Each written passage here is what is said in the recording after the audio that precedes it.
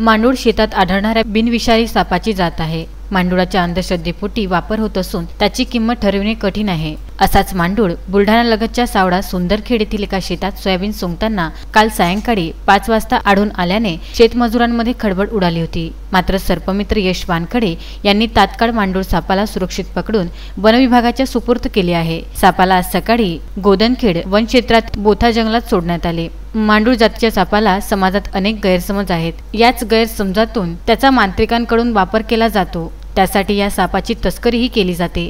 त्यामुळे या सापाला लाखो रुपयाची किंमत आहे। साधारण मातीखाली राहणारी ही सापाची जात असून गांडूळ किडे हे त्याचे प्रमुख अन्न आहे। त्याचप्रमाणे हा साप विदर्भातील भुसभुशीत मातीत आढळतो। बुलढाणा या जंगलव्याप्त जिल्ह्यात तर तो हमखास शेतात व इतर ठिकाणी आढळतो। मात्र तस्करीच्या निमित्ताने आणण्यात आलेले साप या भागात आढळून येत असल्याच्या यापूर्वी घटना घडल्या आहेत। सोमवारी सावडा सुंदरखेड येथे सायंकाळी 5 वाजता समाधान जगताप यांच्या शेतात सोयाबीन सोंगताना मांडूळ आढळल्याने शेतकऱ्यांची भंबेरी उडाली होती। दरम्यान सर्पमित्र यश वानखडे, शुभम औशलकर, आशुतोष चव्हाण यांनी मांडूळ या दुतोंड्या सापाला सुरक्षित पकडून वन विभागाच्या स्वाधीन करीत जीवनदान दिले। नियत परिक्षेत्र अधिकारी समाधान झोडे, वनरक्षक स्वप्नील चव्हाण यांच्या उपस्थितीत गोधनखेड नियत वन क्षेत्रातील बोथा जंगलात सुरक्षित सोडण्यात आले आहे।